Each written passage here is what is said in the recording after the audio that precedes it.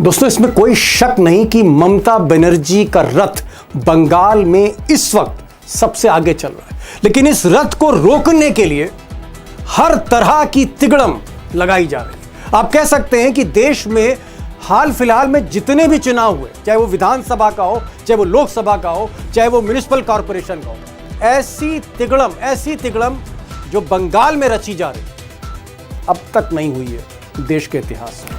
अब माहौल बनाने के लिए अमित शाह तो यहां तक कह रहे हैं कि चाहे कुछ हो जाए, कम वोट में सरकार तो बीजेपी की ही बनेगी और मिठाई अमित शाह ही बांटेंगे जिस दिन नतीजे आएंगे। चुनाव का परिणाम बालागढ़ वालों जानना है क्या? जरा जोर से बोलो, चुनाव का परिणाम जानना है? तुम मेरी बात मानकर चलना। 5 तारीख को दीदी का सुपड़ा साफ हो जाएगा। भारतीय जनता पार्टी की पूर्ण बहुमत की सरकार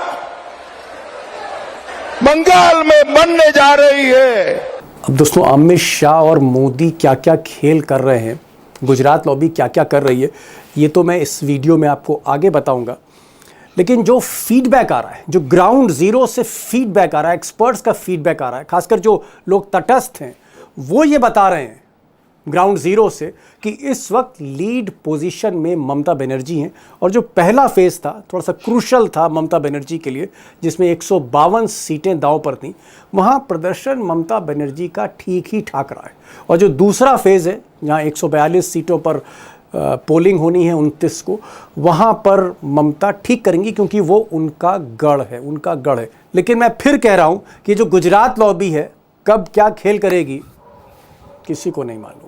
अब दोस्तों, जितनी भी पार्टियां मैदान में हैं, चाहे वो बीजेपी हो या तृणमूल कांग्रेस हो ममता बनर्जी की, या फिर कांग्रेस और लेफ्ट हो जो थोड़ा पीछे हैं, काफ़ी पीछे हैं, इनका जो इंटरनल असेसमेंट है, कौन कितनी सीटों पर आगे, जो इंटरनल असेसमेंट पार्टी का है, उसका जो एक एवरेज है, मुझे एक पत्रकार हैं, बड़े वरिष्ठ पत्रकार हैं, जिन्होंने मुझे भेजा, ये आंकड़ा भेजा, मैं आपके साथ साझा करना चाह रहा हूँ। बीजेपी 82 से 112 सीटें ला सकती है। और यहाँ पर ये बताना ज़रूरी है कि 294 सीटें हैं कुल मिलाकर बंगाल में, यानी बहुमत 148 का। जो भी 148 तक पहुँचा उसने सरकार बना ली। तो बीजेपी 82 से 112 सीटों तक जीत सकती है। ममता बनर्जी की तृणमूल कांग्रेस अब 200 पार तो नहीं जाएगी, लेकिन सरकार बना रही है 156 से 168, और ये 168 और आगे भी जा सकता है, 170 भी हो सकता है, 156 भी आ सकता है, और खेल हुआ तो फिर तो कुछ भी हो सकता है। जो वामपंथी दल हैं, लेफ्ट पार्टीज़ हैं, 3 से 5 सीट, कोई श्योरिटी नहीं है। कांग्रेस 11 सीटें, हो सकता है 11 से ऊपर जाए, हो सकता है 11 से बहुत नीचे आ जाए। तो कुल मिलाकर अगर आप स्थिति देखें तो ममता बनर्जी आगे चल रही हैं। अब यहाँ पर एक बात मैं ऐड करना चाहता हूँ। 40 सीटें ऐसी हैं, 40 सीट्स पूरे पश्चिम बंगाल में जहां कांटे की टक्कर। और कांटे की टक्कर मैं इसलिए कह रहा हूं क्योंकि नैरो मार्जिन से विक्ट्री हो सकती है। यानी 2500 से कोई जीत सकता है, 2500 से कोई हार सकता है, 4000 से भी जीत हो सकती है, और 1000 से हार भी हो सकती है। यानी बहुत नैरो मार्जिन है, टफ फाइट है। ये जो 40 सीटें हैं जहाँ सीधी टक्कर है टीएमसी और बीजेपी की, ये काफ़ी डिसाइडिंग होने जा रही हैं। और एक्सपर्ट्स कह रहे हैं कि अगर इन 40 सीटों में से अमित शाह ने मान लीजिए 7-8 सीटों में भी हाथ मार दिया, 10 सीटें भी जीत ली, और अमित शाह अगर 120 तक पहुँच गए, तो फिर कुछ भी वो कर सकते हैं, कुछ भी कर सकते हैं। यानी जो कुछ उन्होंने मध्य प्रदेश में किया कमलनाथ के साथ, या फिर उद्धव ठाकरे के साथ जो महाराष्ट्र में किया, जो सबने देखा, अदालतों ने भी देखा, किया किसी ने कुछ नहीं, ऐसा ही खेल कुछ हो सकता है। नॉट नाउ, 6 महीने के बाद, साल भर के बाद फिर कुछ भी हो सकता है। मैं ये चाह रहा था लकेड़ा साहब, मेरा जो सवाल था कि आपको लगता है आज की स्थिति में गोदी मीडिया जो कह रही, मैं उस पर नहीं जा रहा हूँ, ये बीजेपी का जो प्रचार तंत्र है वो क्या जाहिर कर रहा है, मैं उस पर भी नहीं जा रहा हूँ, आपको जो फीडबैक आ रहा है, क्योंकि मुझे पता है कि हर कंस्टिट्यूंसी में आपके तार जुड़े हुए हैं, क्या आपको लग रहा है कि ममता बनर्जी को एज है, ममता बनर्जी आगे हैं, ममता बनर्जी जीतने की स्थिति में है बंगाल को एक बार फिर से? ममता बनर्जी को अगर नेक टू नेक लेके आ गए तो ममता बनर्जी को ये चुनाव हरवा देंगी। अगर वो नेक टू, इनकी कोशिश है ममता बनर्जी को फाइट में नेक टू नेक ले आना, और वो neck to neck second phase में ले आए। मेरी तृणमूल कांग्रेस के कुछ लोगों से बातचीत हुई, आज सुबह भी बातचीत हुई, कल शाम को भी बातचीत हुई। उनके माथे पर चिंता की लकीरें दिख रही हैं। वो इसलिए दिख रही हैं कि भारतीय जनता पार्टी ने सीपीएम के कई गढ़ में हाथ जोड़े हैं लोगों को कि आप जो है कि अगर हमको वोट नहीं देना चाहते तो आप जो है किसी और पार्टी को वोट दे दो, लेकिन ममता को वोट मत दो। तो ये जो भारतीय जनता पार्टी का जो कंसोलिडेशन है वो बहुत चिंता करने वाला है। और मुझे लग रहा है कि अगर टीएमसी के कैडर में अगर चिंता है, और सबसे बड़ी बात, महत्वपूर्ण बात ये बता रहा हूं मैं कि करीब करीब 1 दर्जन क्षेत्रों में हिंसा की, वायलेंस की खबरें हैं। तृणमूल कांग्रेस की एक सांसद है, उनकी पर हमला हुआ है जिसमें बीजेपी के लोग अरेस्ट हुए, क्योंकि भाई ममता की सरकार है तो उसे अरेस्ट करवा दिए। तो सवाल यह है कि ये लड़ाई ममता बनर्जी सेकंड फेज में बहुत टफ फाइट में है इस समय। ये नहीं कह सकता कि केक वॉक है ममता बनर्जी के लिए।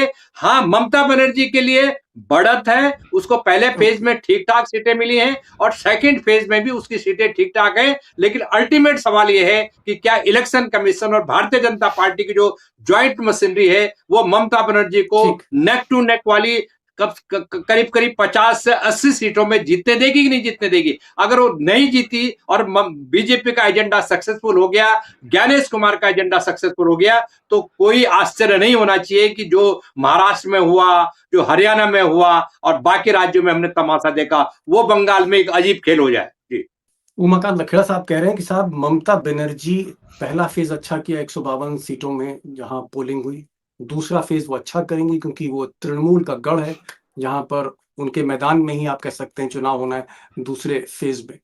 ममता बनर्जी आगे चल रही है, लेकिन लखेड़ा साहब थोड़ा सा यहाँ पर हल्का सा मुझे कंफ्यूज दिखते हैं क्योंकि उनको बार बार ज्ञानेश कुमार की याद आ जाती है। और जब ज्ञानेश कुमार की याद आती है तो थोड़ा सा असेसमेंट लखेड़ा साहब का वो गड़बड़ाने लगता है। वो कहते हैं जीत तो ममता बनर्जी रही है, लेकिन पता नहीं ज्ञानेश कुमार अमित शाह मिलकर क्या खेल करते, ये वो कहना चाह रहे हैं।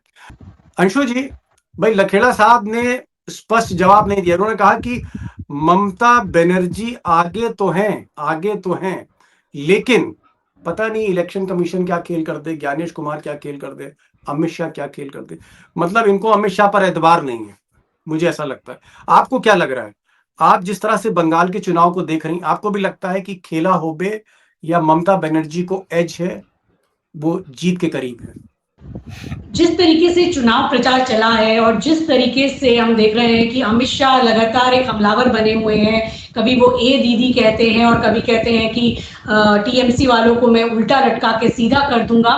ये जिसने जार्गन बोले गए हैं और जिस तरीके से इसको एक शब्दों की लड़ाई भी बनाया गया है, और साथ ही यहाँ पर एक कहा जाए कि एक रिलीजियस डिवीजन पैदा करने की कोशिश की गई है, वहां पे जो ममता बनर्जी ने बंगाली अस्मिता का जो एक कार्ड खेला है वो भी उनको थोड़ा एज दिखाता दिख रहा। आप ये मानिए कि अगर 120 का नंबर भी या 115 से 20 का नंबर भी अगर बीजेपी ले आती है तो भले ही ममता दीदी कोई 150 से 40 का भी नंबर लाए तो बहुत देर तक ये सरकार चलेगी, मुझे ऐसा नहीं लगता, क्योंकि पोचिंग करने में और सरकारें गिराने में तो बीजेपी का बहुत अच्छा ट्रैक रिकॉर्ड है। हमने महाराष्ट्र में देखा है, कर्नाटक में देखा है, कई जगह देखा है, अभी आप पार्टी में जो चल रहा है वो हम देख रहे हैं। तो सिर्फ बीजेपी की कोशिश ये है कि हम किसी तरह 120 की संख्या तक पहुंच जाए तो फिर हम ये पूरा गेम वहां पर संभाल लेंगे। और 40 ऐसी सीटें हैं दीपक जी जहां पर खेला होबे हो सकता है, यानी खेला दीदी का बिगड़ भी सकता है। 4000 जो अगर वोट से अंतर से जो है इधर से उधर मामला पलट सकता है, तो खेल पड़ा ये नाजुक है काफी, दीदी के लिए कोई आसान डगर में यहाँ पर नहीं देख रही। आप कह रहे हैं कि 40 सीटें ऐसी हैं जहां पर कम मार्जिन से हार जीत हो सकती है, यानी टफ फाइट है 40 सीट पे जी। तो आपका ये कहना है कि 115-120 तक अगर बीजेपी पहुंचती है और उसमें ये कुछ सीटें उसको और मिल जाती हैं तो अमित शाह आखिरी मोमेंट पे कोई बड़ा खेल कर सकते हैं, आप ये कह रही कि आपको लग रहा है कि बीजेपी 100 के पार जा सकती है? इस तरह का फीडबैक है बंगाल से।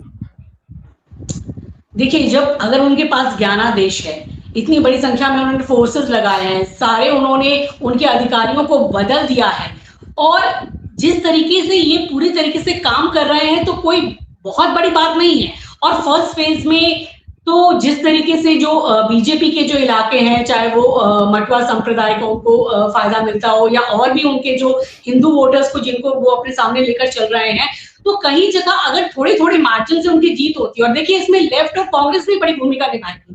कांग्रेस आप देखिए साफ तौर पर वो टीएमसी की बात ज्यादा कर रही है, राहुल गांधी टीएमसी को ज्यादा कोस रहे हैं। आज भी वो कह रहे हैं कि हमारे एक वहां पर कार्यकर्ता की जो मर्डर हुआ है उसमें टीएमसी के कार्यकर्ता पूरी तरीके से जिम्मेदार हैं, टीएमसी का वहां भ्रष्टाचार है। तो आपको क्या लग रहा है कि ये जो कांग्रेस या लेफ्ट को जो वोट कटेगा तो उससे फायदा किसको मिलने वाला है?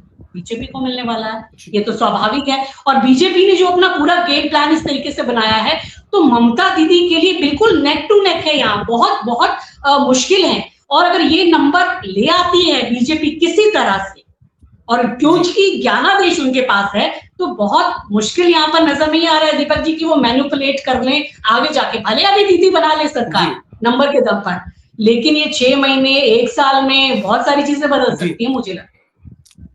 बड़ी बात अंशु जी कह रही हैं कि उन्होंने कहा, उनका कहना है कि अमित शाह ने, ज्ञानेश कुमार ने कदम कदम पर कांटे बो रखे। वो चाहे कांटा एसआईआर का हो, वो चाहे कांटा सीआरपीएफ के डिप्लॉयमेंट का हो, वो वोटर लिस्ट से नाम काटने का हो, वो चाहे कांटा जो है वो ममता बनर्जी के जो वफादार अधिकारी थे उनको बदलने का हो, उनके तबादले करने का हो, या फिर वो कांटा ईडी और सीबीआई के छापे हो।